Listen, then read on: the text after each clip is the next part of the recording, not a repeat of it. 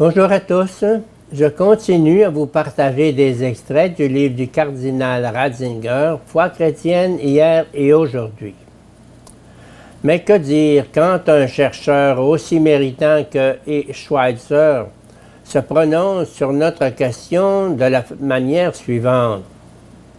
Comme Luc ne s'intéresse pas aux problèmes biologiques, la limite en direction d'une interprétation métaphysique n'est pas franchie chez lui. À peu près tout est faux dans cette phrase. Ce qu'elle a de plus stupéfiant, c'est l'équivalence qu'elle établit tacitement entre la biologie et la métaphysique. Selon toute apparence, la filiation divine métaphysique au niveau de l'être est interprétée faussement comme une descendance biologique et de ce fait totalement détournée de son vrai sens, car elle est au contraire, comme nous l'avons vu, la négation expresse d'une conception biologique de l'origine divine de Jésus. N'est-il pas triste qu'il faille dire expressément que le plan de la métaphysique n'est pas celui de la biologie? La doctrine chrétienne de la filiation divine de Jésus ne se situe pas dans le prolongement de l'histoire de la naissance virginale, mais dans le prolongement du dialogue Abba-Fils, de la relation de la parole et de l'amour que nous y avons découverte. L'idée d'être de la théologie chrétienne n'appartient pas au plan biologique.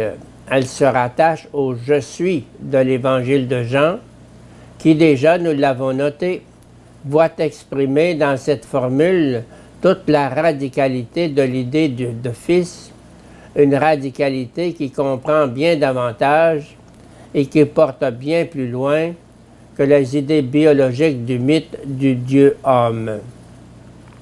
Nous avons déjà longuement réfléchi là-dessus. Il fallait le rappeler ici, car on a l'impression que la version actuelle pour le message de la naissance virginale et pour la reconnaissance plénière de la filiation divine de Jésus repose sur une méconnaissance fondamentale des deux vérités et sur la fausse connexion que l'on semble établir communément entre les deux. Une question reste encore posée. Quelle est la notion de Fils dans le récit lucanien de l'Annonciation? La réponse à cette question nous conduit en même temps à la vraie question qui se dégage des considérations précédentes.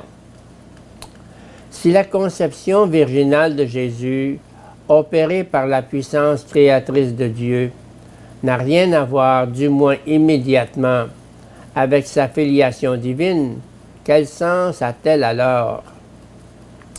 Ce que signifie le mot « Fils de Dieu » dans le récit de l'Annonciation peut être facilement déterminé à partir de nos considérations antérieures.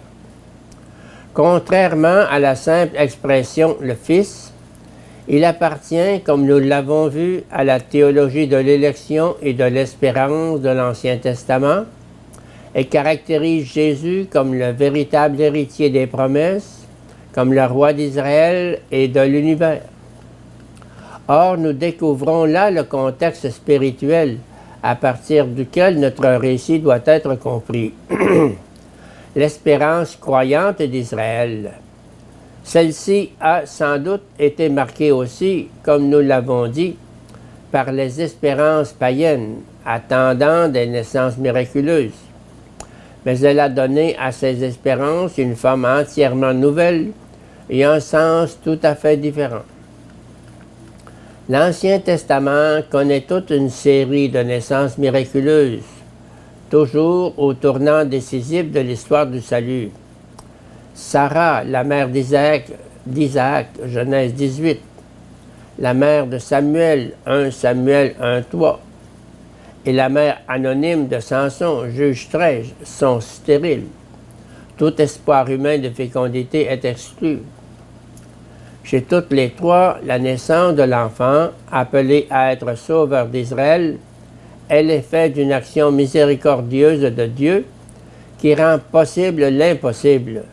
Genèse 18, 14, Luc 1, 37, qui élève les hommes, Isaïe 2, 7, 1, 11, Luc 1, 52, 1, 48, et qui renverse les puissants de leur trône, Luc 1, 52.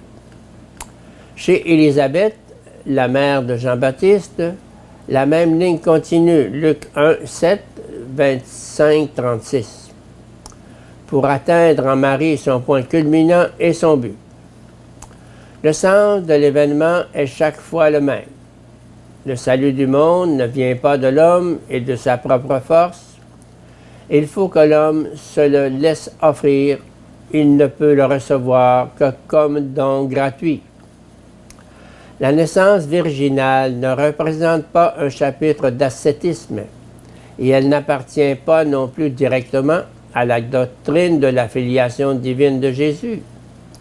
Elle est avant tout, et en dernière analyse, théologie de la grâce, message sur la manière dont le salut vient à nous dans la simplicité de l'accueil, comme don absolument gratuit de l'amour qui rachète le monde. Dans le livre d'Isaïe, cette idée du salut qui ne peut venir que de la puissance de Dieu est admirablement exprimée. Crie de joie et d'allégresse, toi qui n'as pas eu les douleurs, car plus nombreux sont les fils de l'abandonné que les fils de l'épouse, dit Yahvé, Isaïe 54, 1, confère Galates 4, 27, Romains 4, 17, 22. En Jésus, Dieu a posé au milieu de l'humanité stérile et désespérée un nouveau commencement qui n'est pas produit de l'histoire de cette humanité, mais d'en haut. Si chaque homme déjà constitue une nouveauté ineffable, s'il représente plus que la somme des chromosomes et plus que le produit d'un environnement déterminé, une créature de Dieu unique dans l'histoire, Jésus, lui, est la nouveauté véritable. Il ne procède pas du propre fond de l'humanité, mais de l'Esprit de Dieu.